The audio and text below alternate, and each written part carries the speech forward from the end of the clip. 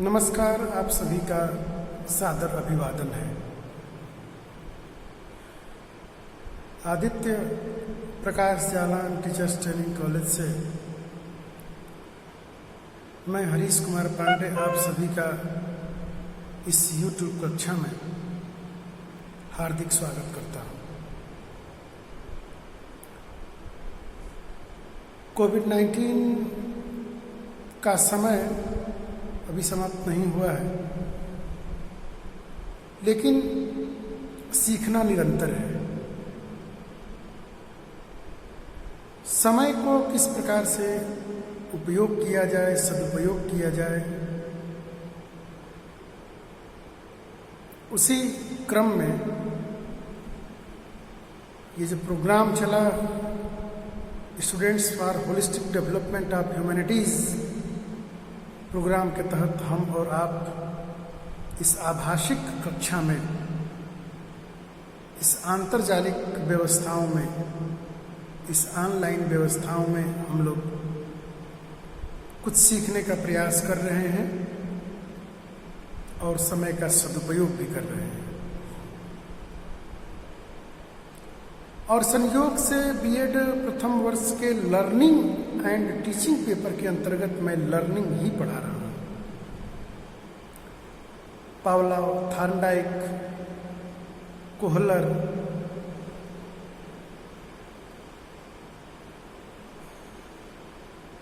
इत्यादि अन्य कई थ्योरियों पर हम लोगों ने संवाद स्थापित किया है। लर्निंग कर्व, लर्निंग प्लेटो, मेमोरी, फॉरगेटिंग, ऐसे तमाम विषयों पर हम लोगों ने एक परिचर्चा, एक संवाद रखा है।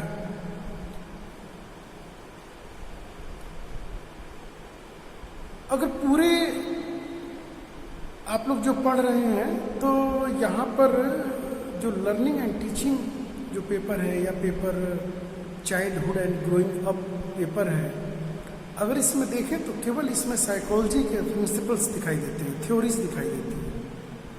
जितने भी मनोविज्ञान के जो सिद्धांत हैं, एक शिक्षक को मनोविज्ञान का ज्ञान क्यों आवश्यक है, लगभग ये बातें आप सार रूप में कह सकते हैं कि हम लोग यहाँ पर ये सीख रहे हैं, देख रहे हैं। और काफ़ी इंटरेस्टिंग टॉपिक भी है। इसके पहले हम लोग learning, teaching, memory, forgetting, childhood and growing up, adolescence, infancy, ये सब बातों को,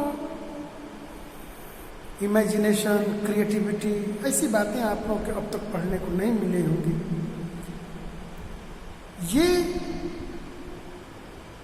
ये जो जितने भी पक्ष हैं,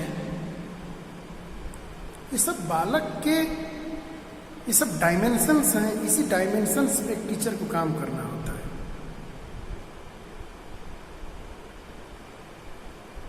जो उत्कृष्टता की जो बात की जाती है और जो मोडिफिकेशन ऑफ बिहेवियर की हम लोग जो बात करते हैं, शिक्षा तो एक उसमें एक माध्यम बनती है और उस माध्यम से विद्यार्थी घटित होने वाले व्यवहारों को, कौन से व्यवहार हमारे पर्सनालिटी को एट्रैक्टिव बनाएगी और कौन सा बिहेवियर हमारी पर्सनालिटी को आकर्षक नहीं बनाएगी। तो जो तथ्य हमारी पर्सनालिटी को निखारती है, उसको हम लोग एडॉप्ट करते हैं। और जो बातें, जो नकारात्मक बातें, जो नकारात्मक प्रवृत्तियां, जो नकारात्मक थॉट्स हमारी पर्सनालिटी को कमजोर बनाती हैं या उसकी आकर्षक छवि में कमी लाती है या हमारा प्रभाव सामने वाले पर नकारात्मक पड़ता है, हम उनको छोड़ते जाते हैं। शायद यही है ना।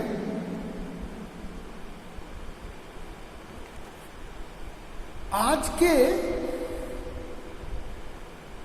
इस 21वीं शताब्दी के हर फील्ड में, हर क्षेत्र में आप ये पाएंगे कि मनोविज्ञान का ज्ञान आवश्यक हो गया है। आप इंटरव्यू देने जाते हैं तो वहां भी आपके व्यक्तित्व का ही परीक्षण किया जाता है, न कि आपके अरे सब्जेक्ट नॉलेज का तो परीक्षण हो चुका है आपके एंट्रेंस एग्जाम के माध्यम से, लेकिन आपके व्यक्तित्व का कितना निखार हुआ है ये परखी जाती है। आपके जब व्यक्तित्व का परीक्षण होता है, आपका इंटरव्यू होता है, या आप जब अपने को रिप्रेजेंट करते हैं किसी के सामने।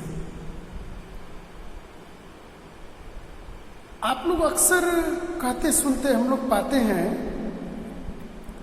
कि अमुक विद्यार्थी रियल में बहुत सब्जेक्ट का जानकार है, बहुत ज्ञान है इसके पास, लेकिन अपने को अभिव्यक्त नहीं कर पा रहा है, अपने को रिप्रेजेंट नहीं कर पा रहा है, अपने को एटमॉस्फियर के अकॉर्डिंग ढाल नहीं पा रहा है। अब ये बातें कैसे होगा?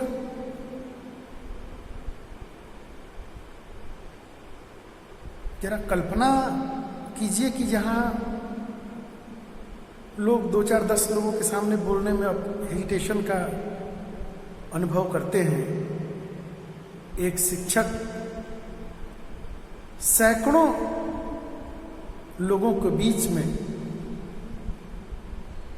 सैकड़ों विद्यार्थियों के बीच में अपनी बातों को रखता है, और सिर्फ अपनी बातों को ही नहीं रखता, इस प्रकार से रखता है कि सामने वाला जो शिक्षक चाहता है वही सामने वाला भी चाहे। जैसे कि जब हम लोग टीचिंग प्रैक्टिस में जाएंगे, लेसन प्लान बनाएंगे, चाइल्ड सेंटर्ड एजुकेशन की बात है, तो हम ऐसे प्रश्न पूछते हैं इनडायरेक्ट रूप से कि बच्चे कि सामने वाले बच्चे को पता भी नहीं चल पाए कि हम प्रश्न पूछ रहे हैं। नहीं तो प्रश्न से बच्चे घबरा सकते हैं, क्लास छोड़ सकते हैं, आपके उत्तर नहीं दे सकते हैं, घबरा जाएंगे। ऐसे प्रश्नों को रखना है कि उसको ये पता न चल पाए कि प्रश्न पूछे जा रहे हैं, और विद्यार्थी के उत्तर इस प्रकार से प्रश्न आप क्रिएट करेंगे एज ए टीचर कि विद्यार्थी उसका आंसर वह दे जो आपको पढ़ाना है। कितना डिफिकल्ट है ना, कि मेरे मन में क्या है हम सामने वाले से निकलवा लें। जैसे कि आज मेरा मन है कि मैं आप लोगों को एक अच्छे टीचर बनाने की, या एक अच्छे टीचर की कौन कौन से गुण हैं, और यही विद्यार्थी बोल दे कि एक अच्छे टीचर के क्या क्या गुण होते हैं। आपको पढ़ाना है बादल, ऐसे प्रश्नों का निर्माण करें कि बच्चा बोल दे कि सर आज बादल हम लोग पढ़ेंगे। कठिन कार्य है ना।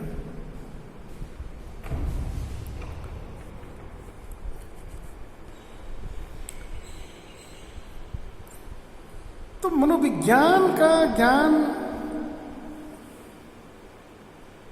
एक शिक्षक के लिए बहुत आवश्यक है। बालक की योग्यता, बालक की क्षमता और बालक की रुचि, और उसके साथ साथ में इंडिविजुअल डिफरेंसेस, और उसके साथ में उसकी सोशल इकोनॉमिकल कंडीशन के साथ एक और चीज है कि विद्यार्थी जब स्कूल में आता है तो अपने साथ वो खाली नहीं आता, अपने साथ कुछ एक्सपीरियंस लेके आता है। उसकी अपनी कल्चर होती है, उसकी अपनी संस्कृति होती है, उसके अपने खान पान होते हैं, उसके अपने पहनावे होते हैं। और उसकी अपनी मान्यताएं भी होती हैं।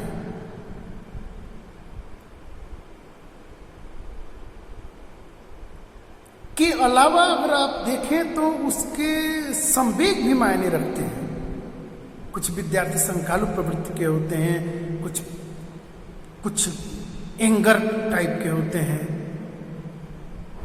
कुछ बहुत मतलब उनके चेहरे पे ही हंसमुख होते हैं,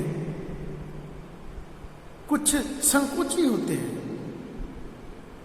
कुछ बड़े डरे डरे से होते हैं और कुछ बड़े वाचाल होते हैं, बहुत बोल्ड होते हैं।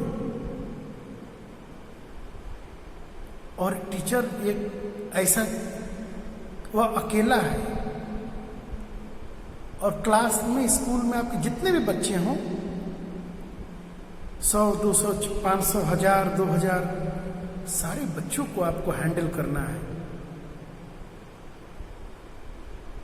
आसान काम है क्या? आसान काम है क्या?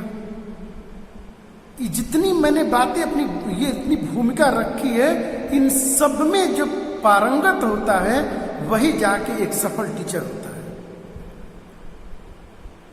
नहीं तो अक्सर देखने सुनने में आता है कि क्लास में टीचर के और बच्चों से उलझ गए।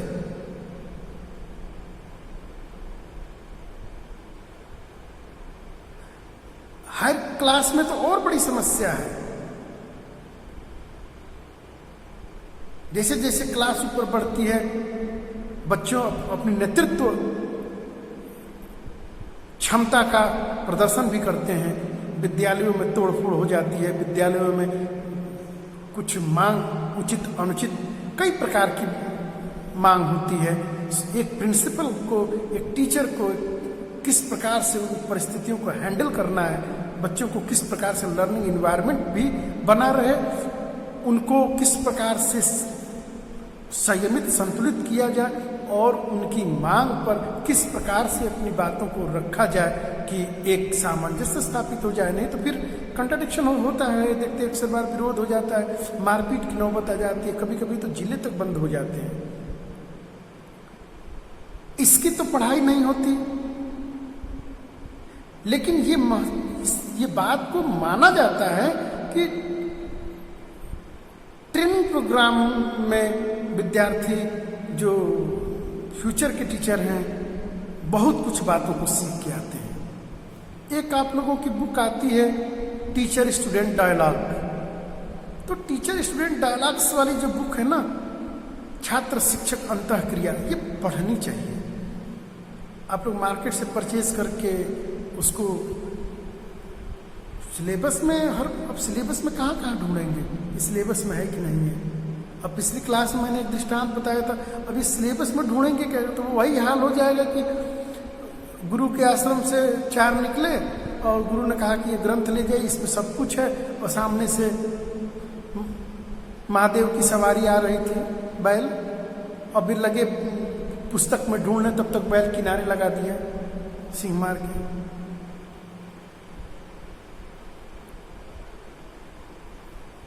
बहुत सी बातों को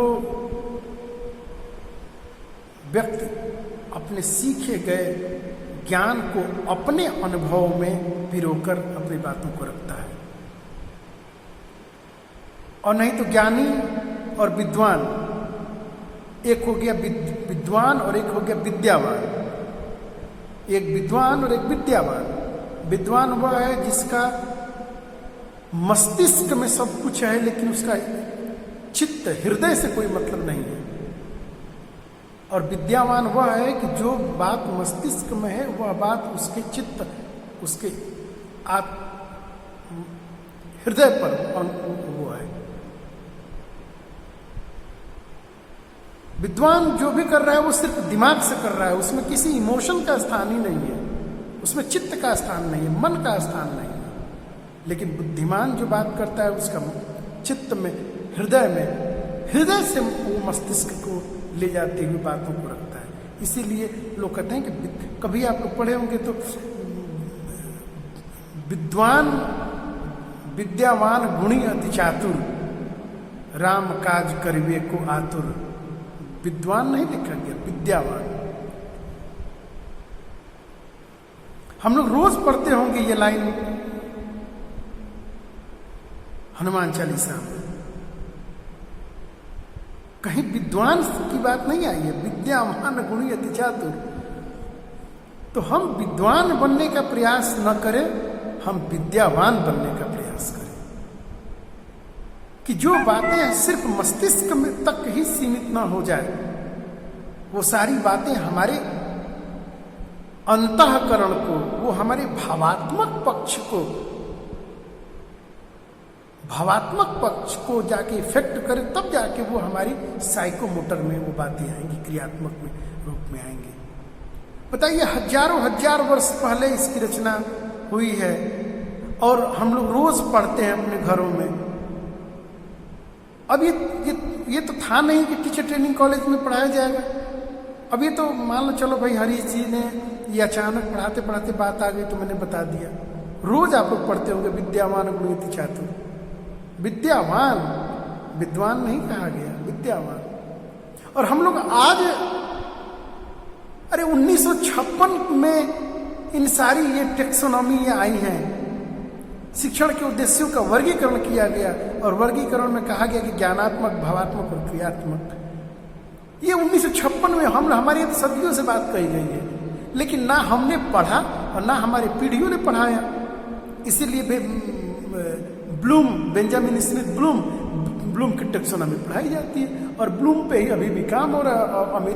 अमेरिका से है और आज भी ब्लूम पे ही हम लोग कर रहे हैं, आगे भी ब्लूम पे ही होता रहेगा। कारण क्या है कि हम लोगों ने ना समझा ही उसी रूप में जिस रूप में बताया गया। अब मैंने ये नए तरीके से बताई है, आपको एक सोचने का अवसर, डिस्कशन का अवसर नहीं, ये सोचने का अवसर है कि मैंने केवल विद्यावान का ही अर्थ हुआ कि केवल मस्तिष्क तक हमारा ज्ञान न हो, वह ज्ञान हमें हृदयंगम हो और हृदयंगम हुआ ज्ञान ही वो हमारे व्यवहार में परिलक्षित हो। तो वही साइकोटोमेर हो गया।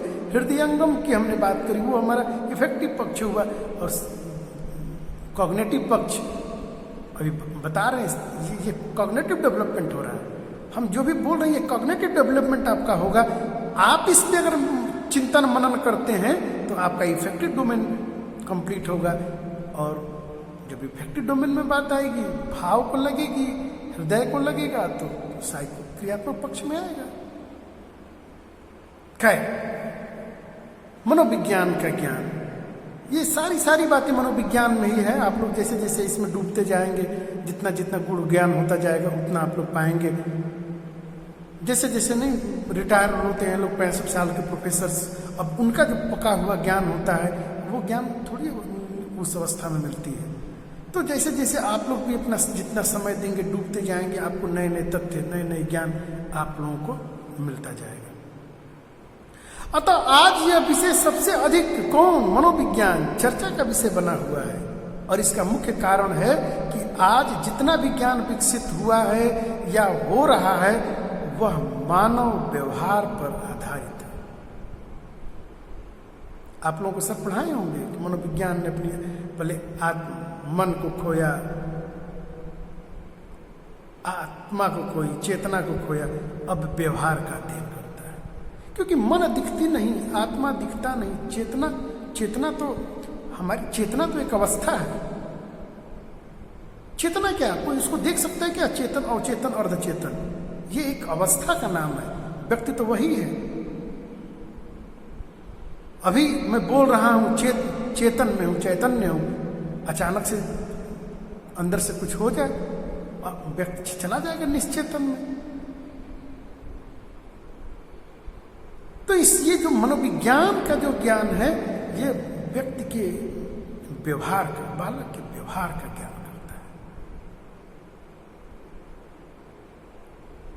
व्यवहार बहुत जटिल प्रक्रिया है। व्यवहार ये सामान्यतः परिस्थितियों में इजी नहीं होता। आप लोगों के पास इतना विषय हो गया होगा कि समझ सकते हैं कि व्यवहार कितना जटिल होता है।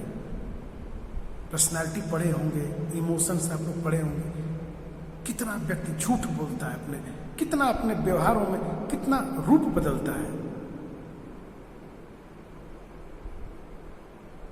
टीचर के सामने अलग व्यवहार, माँ बाप के सामने अलग व्यवहार, गर्लफ्रेंड के सामने अलग व्यवहार, समाज के लोगों के सामने अलग व्यवहार, खुद को आईने में पाता है तो अलग व्यवहार, पूरे रूप ही तो बदलता रहता है। इसीलिए सब पढ़ाते पढ़ाते आप लोगों को फिलॉसफी भी आती है कि इसी में न उलझ जाए, स्व को भी जाने। कभी आप लोगों को मौका मिले सिलेबस खोलिए और पेपर EPC 4 देखिए, और EPC 4 जब वहाँ जाएंगे तो वहाँ पे केवल स्व को जानने की बात है, सेल्फ रियलाइजेशन। तू कहता कागज की लेखी, मैं कहता आंखन की देखी, सेल्फ रियलाइजेशन कबीर।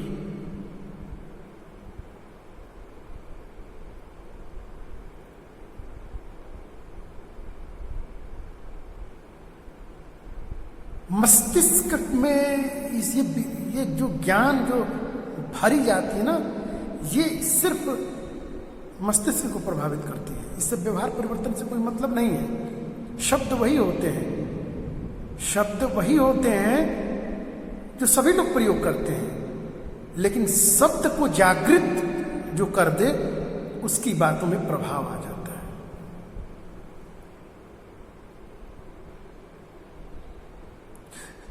वही लेख जब किसी की अभिव्यक्ति पाती है तो नहीं बोलते कि जान आ गया। बहुत से बार आप लोग किसी लेक्चर को सुने होंगे, बहुत विशेष चीज आपको नहीं मिली होगी, लेकिन अगर जितने देर आप होंगे उतनी चेतना में होंगे। शब्द को आप कितना जागृत कर पा रहे हैं, यह व्यक्ति का सेल्फ रियलाइजेशन है। जितना ज्यादा व्यक्ति अपने स्व में स्थिर, जितना टीचर देखते हैं, प्रोफेसर जिन अवस्थाओं को जिनको हम लोग नमन करते हैं, रियल में वो लोग ज्ञानी हैं,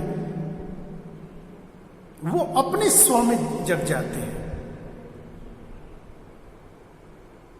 अब ये कृष्णमूर्ति का दर्शन आप लोग पढ़ेंगे तो समझ से परे है।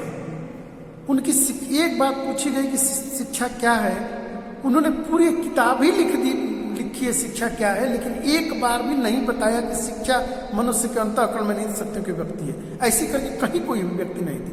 पूरी किताब की पर वक्तव्य दे दिए, लेखनबद्ध हो गया, लेकिन कहीं भी नहीं बोले कि शिक्षा ये चीज है। आपके सिलेबस में कहीं है जे कृष्णमूर्ति? बहुत कठिन है, और आधुनिक संदर्भों में इन पे बहुत ज़्यादा इस पे शोध वर्क हो रहा है, रिसर्चेस बहुत हो रहे हैं, फिलोसफिकल रिसर्च में ये आते हैं। ऐसे तो ये फिलोसफर में इसका नाम रखा गया है, लेकिन फिलोसफर कम ये अध्यात्म में जाता है।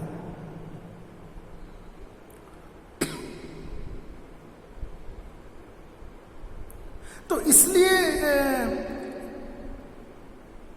और आप कभी शायद कोई पढ़ाया होगा कि मनोविज्ञान का ज्ञान कितने प्रकार के मनोविज्ञान है और मनोविज्ञान का ज्ञान कहाँ कहाँ उपयोगी है, लेकिन मैं यहाँ पर ये बताना चाहता हूँ कि एक शिक्षक के लिए मनोविज्ञान का ज्ञान इसलिए आवश्यक है कि वह देश, काल, परिस्थिति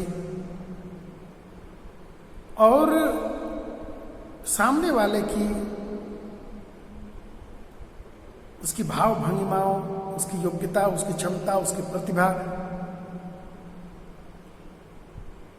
को देखकर, समझकर अपनी बातों को रखे, जिससे कि सामने वाले के व्यवहार में सकारात्मक परिवर्तन आए। और मनोविज्ञान का उद्भव ही दर्शन से हुआ है। ये दर्शन से टूटकर एक अलग शाखा बनी है मनोविज्ञान। इसलिए घबराने की जरूरत नहीं है कि मनोविज्ञान में फिलॉसफी ही इसका फादर है। और एक शिक्षक के लिए मनोविज्ञान का ज्ञान कितना आवश्यक है, अब आप लोग इस बात को धीरे धीरे समझ रहे होंगे।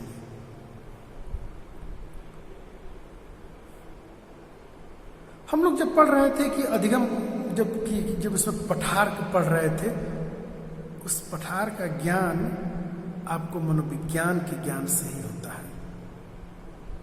अब विद्यार्थी की भाव भंगिमाओं को देख के ही आप आकलन कर लेते हैं कि मेरी बात उसके दिमाग तक नहीं जा रही। क्या कारण हो सकता है? ये मनोविज्ञान का ही ज्ञान होता है। इसलिए मैंने बोला कि जो आधुनिक जो समय है, जो वर्तमान जो समय है, इसमें सबसे ज्यादा अगर कोई विषय फलित रूप में है तो वो है हमारा मनोविज्ञान। और हम लोग मनोविज्ञान के सिद्धांतों का शिक्षा में जो प्रयोग, तो हम लोग इसको पढ़ते हैं शैक्षिक मनोविज्ञान। और हम लोग उसमें बालक के विभिन्न प्रकार की उसकी आंतरिक शक्तियों को पहचान कर हम लोग एक लर्निंग इन्वायरमेंट क्रिएट करते हैं कि जिसमें बालक अपनी छुपी हुई योग्यता का विस्तार कर सके।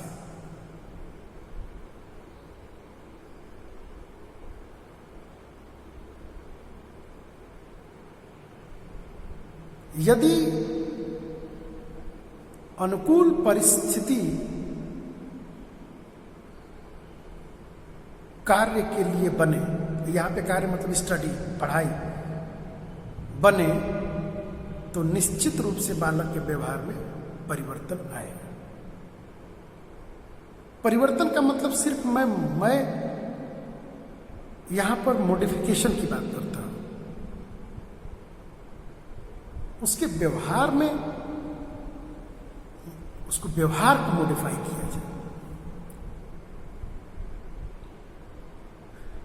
जैसे कि यहां पे थोड़ा सा आप लोग को उलझन हो रहा होगा, जैसे कि आप लोग अपने सब्जेक्ट में ग्रेजुएट और पोस्ट ग्रेजुएट होके आए हैं,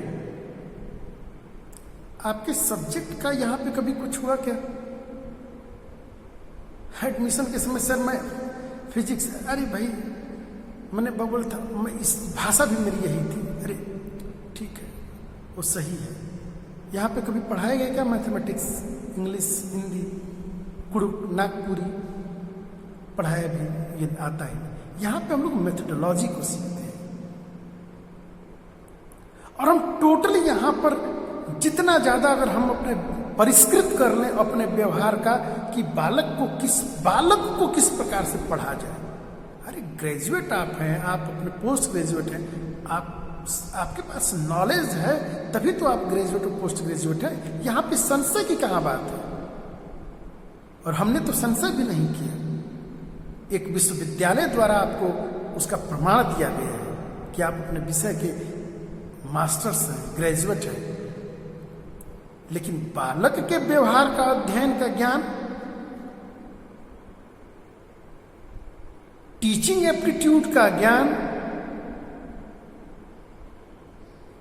अपने उस ज्ञान को प्रस्तुत करने की कला सीखी क्या है? क्या एक ही बात को कोई कहता है तो उसको लोग सुनते हैं, जबकि जानते हैं कि ये कुछ अंदर कुछ दूसरा चल रहा है, लेकिन ठीक दूसरा कोई उस बात को दूसरी भाषा में कहता है तो आप लोग समझते हैं कि ये कहीं ना कहीं कुछ लोग ध्यान नहीं देते।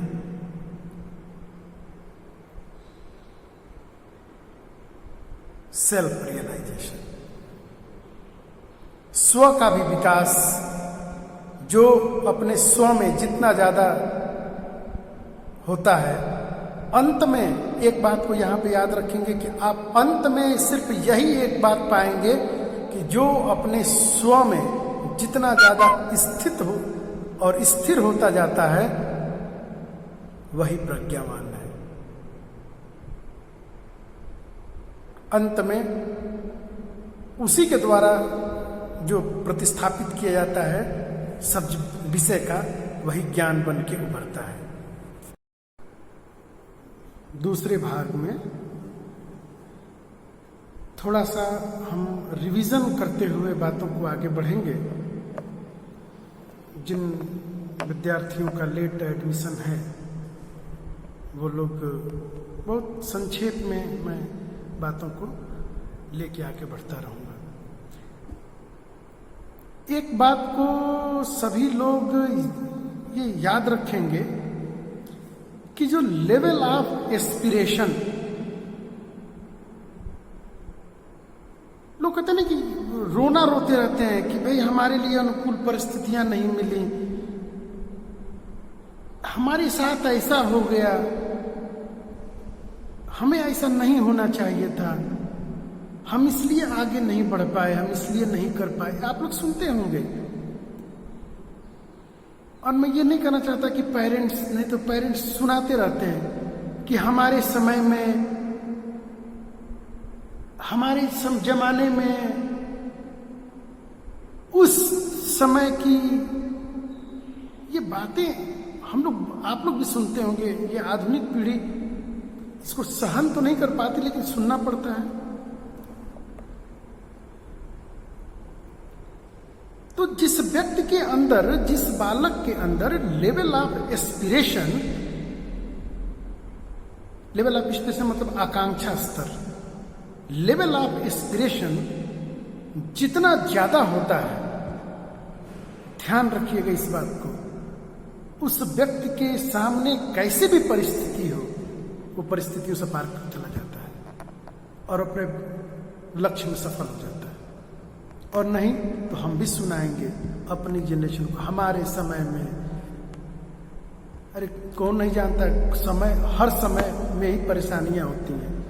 कोई भी युग रहा हो, हर युग में हम आज जितना अपने को स्मार्ट, इंटेलिजेंट और कितने भी अपने को मॉडर्न क्यों न समझें, आने वाली 20 साल बाद की पीढ़ी हमको उसी बाउंड्री लाइन के बाहर रखेगी जहां पे हम अपने बुजुर्गों को, पेरेंट्स को रखते हैं।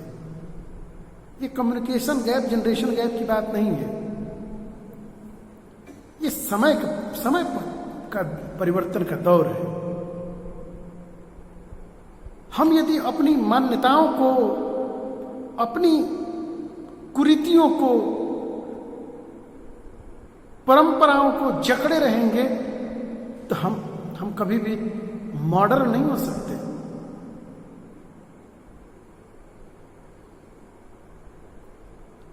आधुनिकता एक मानसिक प्रक्रिया है।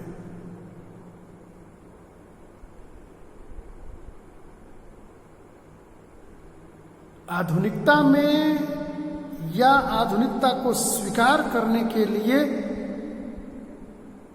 हमें अपनी एक अवस्था को बदलनी पड़ती है, लेकिन जब हम दूसरी अवस्था को एडॉप्ट करते हैं तो एडॉप्ट करते ही यदि व्यक्ति के अंदर प्रज्ञावान है तो वो अपनी संस्कृति, अपनी सभ्यता, अपनी मूल्य, अपने आदर्शों को के अनुकूल वो उन बातों को एडॉप्ट करता है।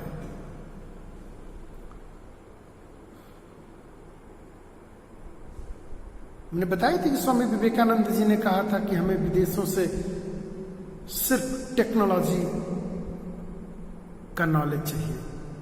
ज्ञान बहुत है हमारे पास, हमारे यहाँ ज्ञान की कमी नहीं है, ज्ञान की उदय स्थली ही भारत है, लेकिन टेक्नोलॉजी में हम पछड़ गए। क्यों? क्योंकि हमने अपनी मान्यताओं को, अपनी परंपराओं में हम लोग जकड़े रहे, हमने मॉडिफिकेशन नहीं की। और जब तक हम अपने व्यवहार में अगर हम मॉडिफिकेशन नहीं कर रहे हैं, मॉडिफाई नहीं कर रहे हैं, अपने व्यवहार को परिष्कृत नहीं कर पा रहे हैं, तो हम जनरेशन से पीछे हो जाएंगे। और वही जनरेशन बोलती है, नहीं क्या बोलते हैं,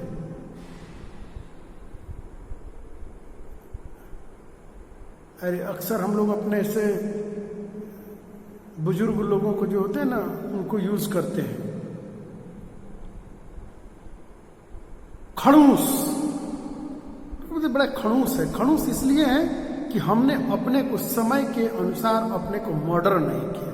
मतलब जो नए नए इनोवेशन, नए नए रिसर्चेज आ रहे हैं, नए नए जो ज्ञान आ रही है, जो नई पीढ़ी जो हस्तांतरित होकर जो ज्ञान ला रही है, उसमें हम अपने को कहीं एडजस्ट ही नहीं कर पा रहे, इसीलिए हमको लोग खड़ूस बोलते हैं। और नहीं तो अभी भी 80 साल के लोग यंग हैं और अपने विचारों को नहीं हमने बदला तो 20 साल के होते हुए भी हम खड़ूस ही हैं। हम लोग जब पढ़ते थे तो एक हम लोग के साथ में एक लड़का था, उसके सोच हमेशा 1900, टीचर भी कहते थे, हम लोग भी कहते थे कि जब भी कोई बात होगी तो बस वही 1857 वाली बात।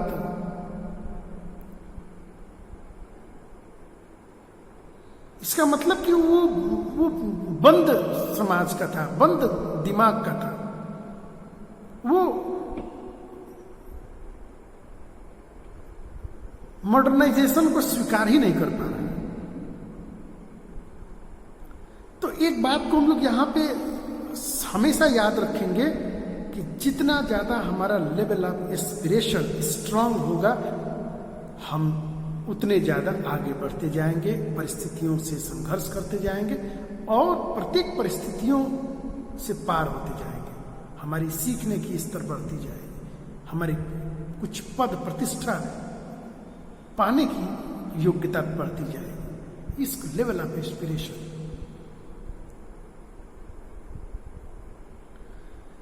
व्यक्ति की आकांक्षाओं का स्तर भी उसकी अभिप्रेरणा को किसी न किसी रूप में प्रभावित करती है। व्यक्ति अपनी आकांक्षा के उच्च स्तर से अधिक सीखने की प्रेरणा पाता है तथा निम्न आकांक्षा स्तर उसे कुछ भी सीखने के लिए प्रेरित नहीं करती है। इसलिए लेवल ऑफ इंस्पिरेशन, आप जितने ज्यादा आपका लेवल ऑफ इंस्पिरेशन हाई होगा, आप अपने स्टूडेंट का लेवल ऑफ इंस्पिरेशन उतना हाई रखेंगे। उसको समय समय पर उसको मोटिवेट करते रहेंगे, समय समय पर उसको तुम ही कर सकते हो, तुम सबसे बेस्ट।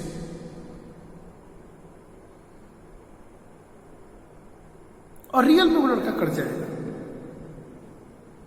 जिस प्रकार एक छोटे से बीज में उसमें क्या प्रतिभा छुपी हुई है आप कह नहीं सकते। एक बरगद के इतनी छोटी सी राई के दाने की बीज में कितना विशाल वटवृक्ष होता है, उसको तब महसूस किया जाएगा जब उसको मिट्टी में डालकर और उसको समय समय पर उसकी निराई गुड़ाई सिंचाई होती रहेगी, तो एक दिन जब अपनी अवस्था पे आएगा तब पता चलेगा कि छोटे से बीज में कितनी विशाल प्रतिभा, उसकी योग्यता छुपी होती है। इसलिए एक शिक्षक के रूप में हम अपने विद्यार्थियों को कुछ सिखाते समय सिर्फ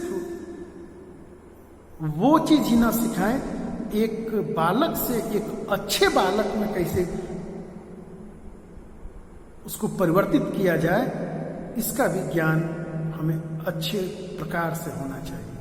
क्यों? क्योंकि शिक्षक समाज का निर्माता है। जेंडर वाले पेपर में केवल समाज की तो ईशु ही तो पढ़ रहे हैं हम लोग। ये ईशु आए कहां से? ये ईशु बने जब हमने शिक्षा का एक मूल्य वाले पक्ष को हमने कमजोर कर दिया। आज मूल्य कई ऐसे सब्जेक्टों को हमने दरकिनार कर दिया गया। आने वाले दिनों में सारी बातें जुड़ जाएंगी। क्यों? क्योंकि शिक्षा का एक और कुछ एकमात्र उसका उद्देश्य और लक्ष्य है, तो वो है मानव का उत्कर्ष। और आज शिक्षित होते हुए मानव अपकर्ष के रास्ते पे है। इसलिए शिक्षक की बहुत बड़ी जिम्मेदारी है।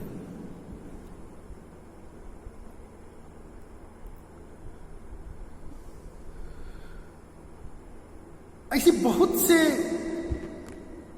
जो बातें होती हैं जो अभिप्रेरणा को प्रभावित करती हैं। हम लोग बहुत संक्षेप में वहां से थोड़ा बहुत बताते हुए मैं आगे बढ़ूंगा। रुचि, देखिए, बिना एक्टिव हुए, बिना रुचि लिए हम विषय को सीख नहीं सकते। कहते हैं ना कि अगर आपके पास सीखने की ललक है ना तो रास्ते बन ही जाते हैं। और यदि हमें सीखने की हमारे पास ललक नहीं है तो हमारे लिए कोई रास्ता खुला नहीं, सारे रास्ते बंद हैं। इसलिए हम अपनी रुचि को जागृत रखें।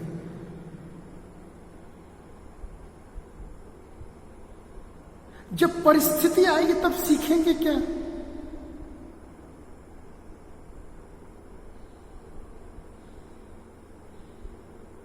डॉक्टर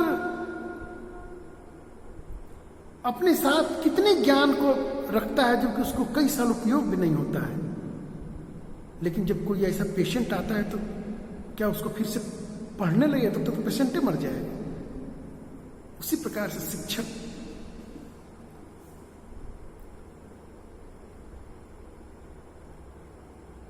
कई कई ऐसी परिस्थितियां आई होंगी कि हमारे टीचर कितना बढ़िया तरीके से हैंडल किए होंगे।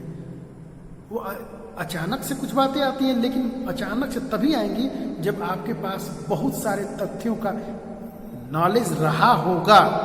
अगर बहुत सारे तथ्यों का नॉलेज नहीं रहा हो तो अचानक से भी कोई बात नहीं आएगी।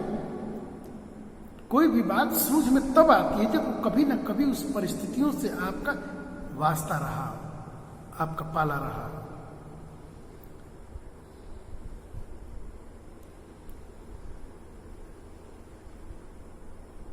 एक बीएड में जब आप लोग इवैल्यूएशन वाला भाग पढ़ेंगे तो उसमें कहती है फेस वैलिडिटी। देखने से लगे कि, बोलने से लगे कि, चलने से लगे कि, व्यवहार से लगे कि ये टीचर है। जैसे प्राइमरी स्कूल के टीचर दूर से ही, अब तो समय थोड़ा बदला हुआ है, लेकिन दूर से समझ में आ जाएगा कि ये टीचर है। वही साइकिल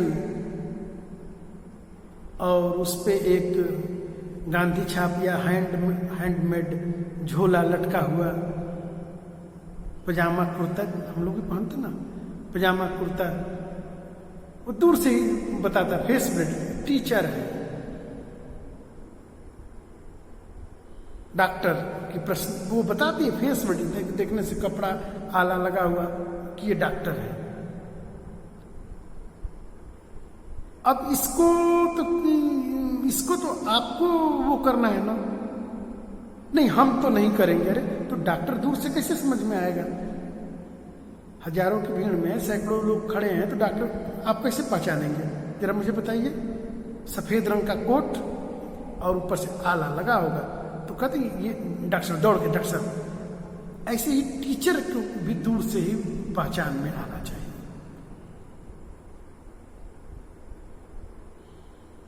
अब हम भी जरा कभी शीशे के सामने बैठकर अपने को देखें कि क्या हम जस्ट लाइक ए टीचर दिख रहे हैं क्या? अब आजकल के तो बच्चे, मैं ऐसे नहीं करता, वो आप स्वतंत्रता है।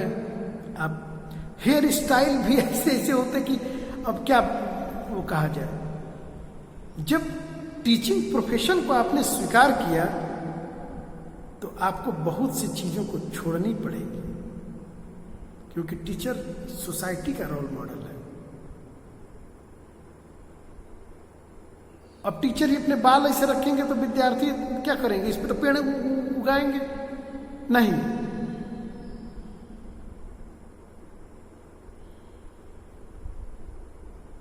अभी ऑनलाइन क्लास चल रही थी, अभी नेशनल न्यूज बना हुआ था कि सोशल साइंस की मैडम तो बहुत सज धज के, वो लाइन चली थी टीवी वगैरह पर, आप लोग बहुत सुने होंगे। मतलब कि वो ठीक ठीक तरीके से ट्रेंड नहीं हो। टीचर बहुत simple living and high thinking, सुनते ना, सादगीपूर्ण जीवन होना चाहिए। सादगीपूर्ण जीवन में उसका, टीचर का मतलब व्यक्तित्व, उसका व्यक्तित्व प्रभावशाली हो, आकर्षक हो। अभिप्रेरणा को जो प्रभावित करने वाले जो कारक हुए उसमें हमारी रुचि है। कुछ पाने की चाह अगर लग जाए तो व्यक्ति उसको पाने के लिए कितना संघर्ष करता है ये आप लोग बेहतर जानते हैं। दूसरा आकांक्षा का स्तर, तीसरा है पुरस्कार एवं दंड। ये भी मोटिवेशन देता है। आप किसी बच्चे को रोज डांटिए ना, क्लास में 2-4 दिन डांट देंगे, देखिए बच्चे भाग जाएगा, पढ़ने नहीं आएगा, बुलाने पर नहीं आएगा। पुरस्कार जरूरी नहीं कि कोई सामग्री की पुरस्कार हो।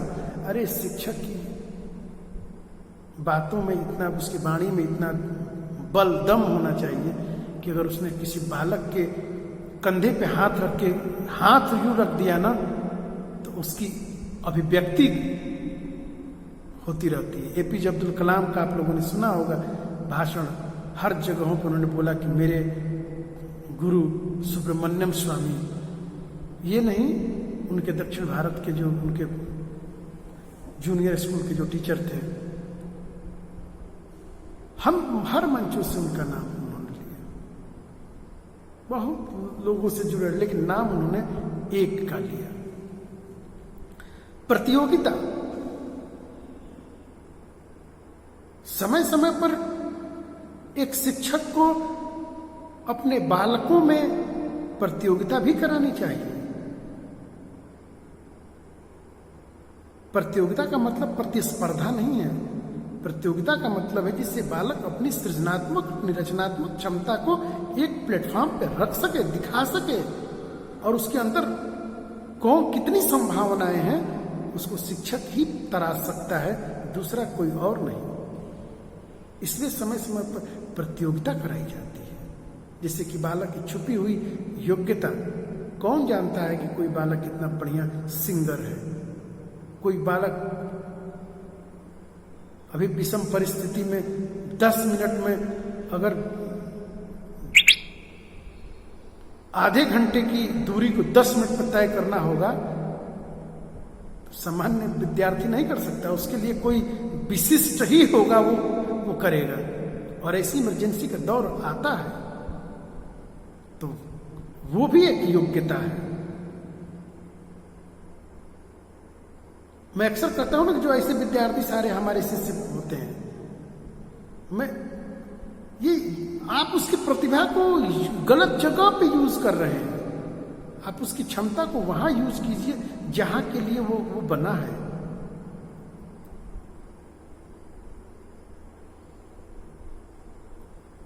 बहुत बड़ी समस्या हो, रात के 12 बजे आज आवश्यकता पड़ जाए ना तो कोई सीधा लड़का नहीं, बदमाश लड़का काम में आता है। आज सेना में दुश्मन के सामने अब पाकिस्तान को आंख में आंख दिखा के और उसको दबाना है तो ये साधारण बात है क्या? उसके लिए जिगर होना चाहिए। हम लोगों से होगा क्या? वहां भी उसकी जरूरत पड़ती है। रामायण देखे ना, राम जी का स्वभाव कितना विनम्रता से भरा, लेकिन लक्ष्मण जी हर बात में आवेश, तो खराब है क्या? हर विनयी व्यक्ति अपने साथ उसको रखता है, उसकी उपयोगिता है। जीवन में सभी परिस्थितियां एक समान नहीं होती।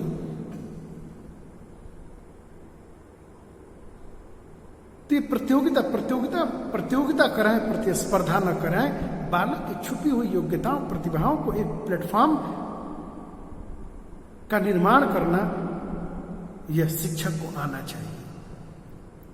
अब आप लोग तो भी अंतरजालिक व्यवस्थाओं में, नहीं तो ऑफलाइन होता तो अब तक आप लोग कितने बार अपनी क्षमता को निखारे होते।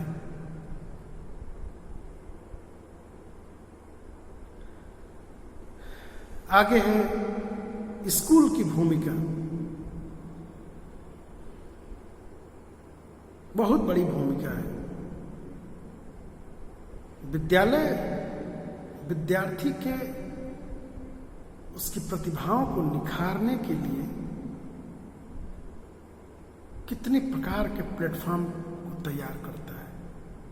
लेखन प्रतियोगिता, गायन प्रतियोगिता, वादन प्रतियोगिता, मेहंदी प्रतियोगिता, दीप बनाने की प्रतियोगिता, तोरण बनाने की प्रतियोगिता, वेस्ट मटेरियल डेवलपमेंट की प्रतियोगिता, डिबेट, ऐसी कई प्रकार की प्रतियोगिताएं होती हैं। उन सभी प्रतियोगिताओं में आप लोग भाग लेते हैं। कभी तो इंटर यूनिवर्सिटी, अभी पिछली बार यूनिवर्सिटी लेवल पे हुआ था, तो अपने यहाँ से भी बहुत से बच्चे ने पार्टिसिपेट किए थे। 20 किए होंगे, लेकिन 4-5 बच्चे अपने विद्यालय के स्थान प्राप्त किए थे। कोई दूसरा था, कोई तीसरा था, ऐसा स्थान मिला था। तो ये उनको अब पूरे जीवन में वो बताएगा ना कि मैंने इंटर यूनिवर्सिटी कंपटीशन हुआ था, तो हमने वहाँ पर लेखन में, कोई भाषण में, कोई डिबेट में विज्ञान प्रगति या अभिशाप,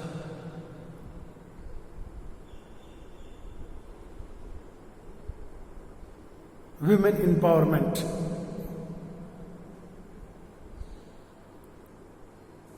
पर्यावरण, इन सब पे प्रतियोगिता होती रहती है। स्लोगन प्रतियोगिता।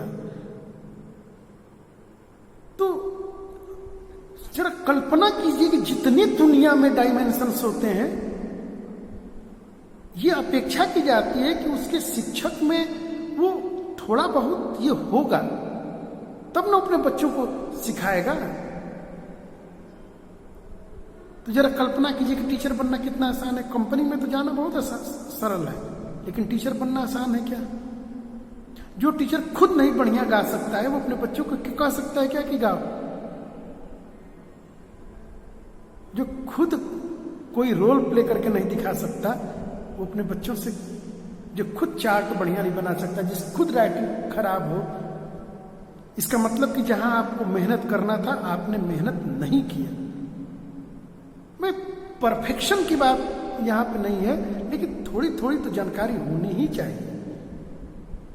जिस लेवल के हम लोग टीचर बन रहे हैं,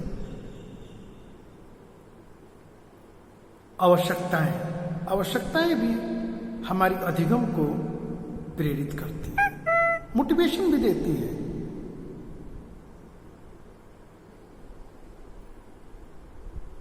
यदि हमारी आवश्यकता है तो हम उसके लिए तत्पर दिखते हैं। अगर आज आवश्यकता होती है ना, तो रात के 2-2 बजे तक, अब मैंने एक लिखने के लिए कहा, देखिए कम से कम 10-12 लोग भेजे हैं। इसका मतलब 100 में से 10 ही 12 लोग, बाकी लोग कोई बात नहीं। लेकिन जरा अपने को आंकिए कि हम कहां पे हैं, हम कितना न्याय कर पा रहे हैं। 10 से 4 प्रतिदिन हम लोग क्लास में ऑनलाइन में आना, उसके बाद जाना,